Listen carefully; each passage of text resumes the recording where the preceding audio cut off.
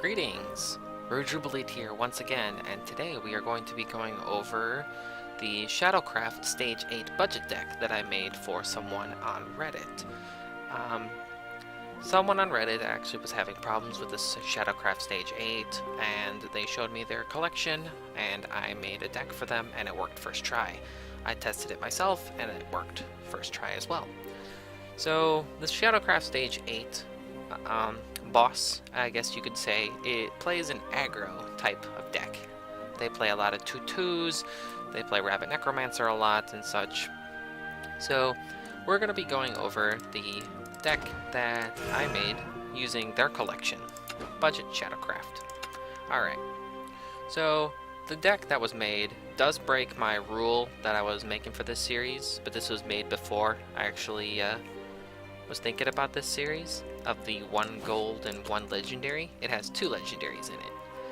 But at least the legendaries are not class specific ones, I guess, but they're pretty strong ones. Let's go over the deck.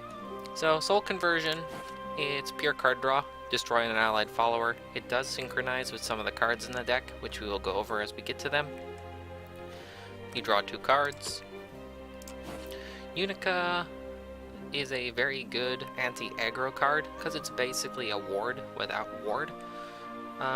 Most cards that are played by aggro have 2 attack or less, so you are able to just heal back if they go face instead of killing this card, and it actually counters turn 1 1/1 token or 1/1 minions that would go face, because you just heal it back up. You could trade into the minion or just go face with Unica, because they have to trade into it. Otherwise you just heal the damage back up in the early game. Spartoy Sergeant is in here for Shadow Generation, and is a staple Shadowcraft card for the most part. It's even run in some Nephthys decks, just because of how flexible it is. Skullcradle Widow, draw card when it's destroyed. This synchronizes with Soul Conversion. If you need card draw and you're able to play the Skullcradle without losing too much tempo and board control, you could get 3 draw instead of just the 1 from Skullcradle if you were to play this card with Soul Conversion.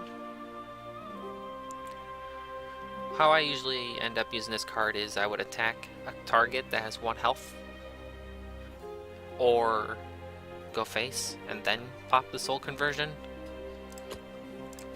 1 Lurching Corpse, I would run 2 if you can afford it. There's only 1 in here because the person on the Reddit post did not have vials to craft more cards, and they didn't have cards they were willing to liquefy. So the 1 Lurching Corpse can only attack the enemy leader and followers with ward. There are no ward cards in this aggressive shadow except for Death's Breath. So basically you would just play this to combo with Soul Conversion to kill a card. Undying Resentment is a staple removal card. Deal 2 damage to an enemy follower. Necromancy 2, deal 4 damage instead. It is a very flexible card. The only downside is if you have the 2 Necromancy, it deals the 4 damage, and you can't choose it. So, Rabbit Necromancer. Rabbit Necromancer is a pretty good card for Shadowcraft. It's used in both aggro and even some control decks, but not many control decks. Last words, deal 2 damage to the enemy leader. So this card will always deal 2 damage, regardless. You could use this to trade into a card and still deal face, unless it gets banished. But luckily for Shadowcraft players, the story mode doesn't have very much banish, except from Havencraft. So this card is really good. Feathered Patroller. This card's not very good, but it is a ward, and wards are rather important against aggro decks. The deal 2 damage to an enemy follower with Necromancy 4 is a bit expensive, but if you have it, you can kill a 2/2 target that they have, or you just play it and it's a ward. Death Brand for removal. Destroy an enemy follower with 3 defense or less. If you have enough shadows, you can choose Necromancy 4 to destroy an enemy follower with 4 defense instead. Standard. Playful Necromancer. I highly recommend people run this card in their Shadowcraft decks, besides Nephthys. It's a very strong card, and people are not expecting it anymore, for the most part. They're playing rather aggressively, or they are playing around other cards. It is a 5/4, and you summon 2 ghosts, so it's technically a 7/4. The ghosts, however, do get banished, but what you could do is, if you have Soul Conversion in your hand, and you have this card on 5 mana, you play this, evolve it, you kill the card, you kill something maybe that has 1 health, or you go face with the ghosts, and then you just Soul Conversion the ghost, which counts towards the 2 draw, so you can get pretty free card draw out of Playful Necromancer. Necro Assassin, I would run more than 1 if you have it. It's a more aggressive Erd, although it plays a little differently. The fact that it destroys your follower and you don't get it back, but you destroy an enemy follower in the process. So if you have this card, play it. If you don't, but you have Erd, I would play Erd. Phantom Howl is the 1 gold card he had. He only had 1, and it was Phantom Howl. Necromancy 1, summon a ghost. Repeat the remaining shadows, or until your area is full. Basically, at 4 mana, it could summon 5 ghosts. So it's 5 damage, or it's 7 damage if you evolve a ghost. It is quite potent burst damage. If you have a card like Cerberus, can be quite nasty. We're just gonna go through these last cards because it's starting to get a little long. Fortune Hunter Fina to get the Goblin Mage for free, to search for the 2 cost cards. Dance of Death for removal. Charin is a very good card. Necromancy 6, summon a Lich. And it does get 2/2 stats, so it's a very strong 5-drop card. Ghostly Rider, give Ward. It has Ward himself, so he's a good control card. Necropolis Queen. If you play this card behind a ward, suddenly you may have the ability to get draw. 3 Underworld Watchman Kawi. You probably will be able to draw all 3, or open all 3 if you open the Rise of Bahamut packs. This is your late game control and heal card. Ward and you will destroy followers regardless. The legendaries he had were Lucifer and Olivia. Both of these are very good. Olivia allows you to gain more tempo with evolution points, and Lucifer allows you to heal or deal damage if you have an evolve point left over. Alright. Let's get into this.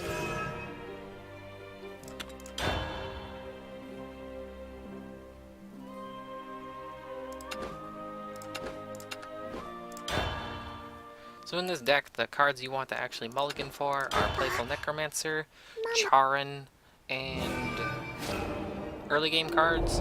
If you have Charin, don't mulligan for another card like Playful Necromancer. So here, this is a solid hand. We have Removal, Rabbit Necromancer, and Playful, and we're going second, so we're keeping this.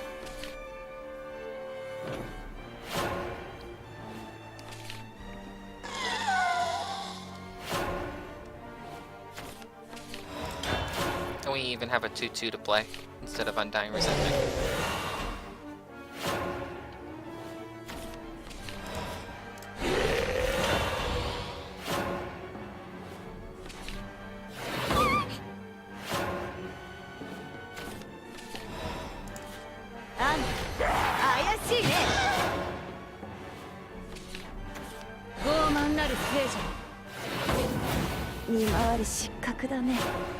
So we played the Feathered Patroller instead of Undying Resentment. It is a much better play, as you don't waste the spell. This 4 damage might be useful later.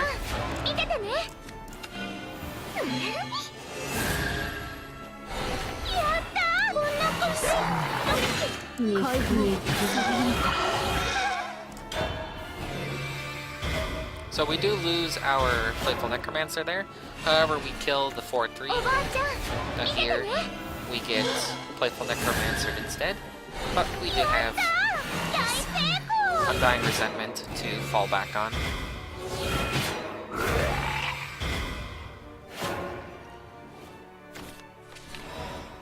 So here we'll play the Rabbit Necromancer into Undying Resentment.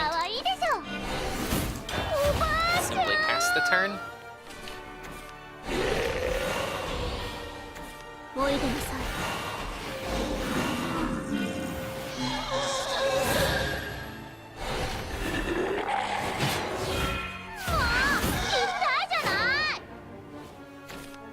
So here, this is a little awkward. We have a lot of Death Brands in the hand, but we are able to simply remove cards. So remove the 4-1, and then we will actually remove the 2-3. It's a little bit not very efficient. However, we have Kawi to fall back on. Now in this situation, it might be good to actually evolve and kill this. Alternatively, we could kill that. So what we're gonna do is we will evolve the Kawi.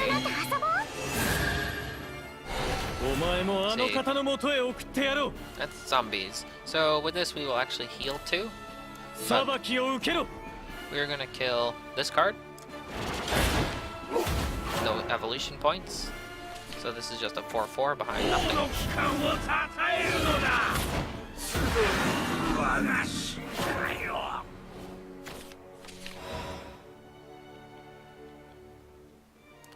We are going to play the second Kawi. The Necro Assassin might be somewhat of a good idea. However, if Necro Assassin kills this card, then we don't heal for 4. Alternatively, we could Ghostly Rider, but we are going to just play the Underworld Watchman again. And go face. So here we're in a very strong position. We have an evolution point. And there's no way he can kill this card.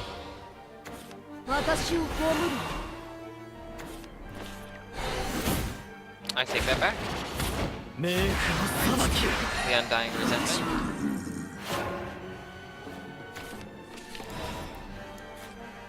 So here we could Dark Angel Olivia, but there's no point. We have our evolution point anyway. So what we're going to do is we're going to do the Skull Cradle. We're going to evolve to kill a card.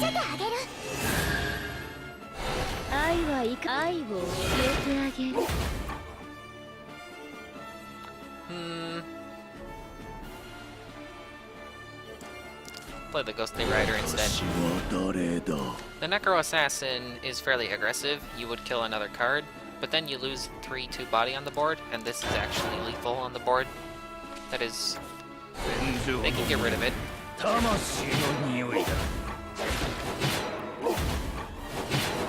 And it's good that we saved our Necro Assassin, because now we can do this.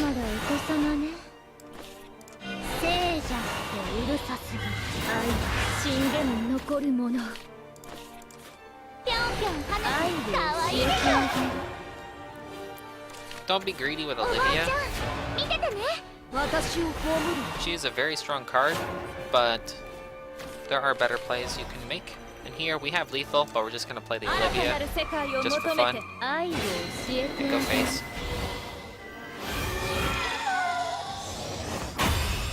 And there we go. So as you saw, this is a very aggro-oriented deck that you fight against.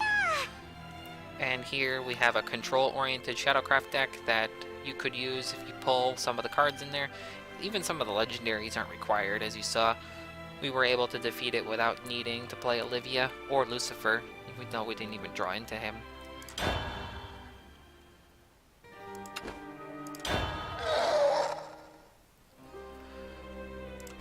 And there you have it. The deck list will be in the description of the video. And that is Stage 8 for Shadowcraft, with a budget version of a Shadowcraft control deck, without all the golds, and with 2 legendaries that didn't actually do anything. So if you're having trouble with the Shadowcraft story, try this deck out. If you aren't, then you can just basically ignore it. But those who are, that's what this video is for. Thank you all for watching. This is the final part of my Story Starter Series.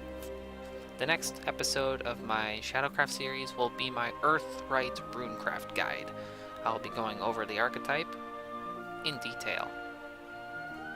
So, until next time, thanks for watching, and if you enjoyed this content, hit that like button. It really does help me out. Take care, and I'll catch you all next time.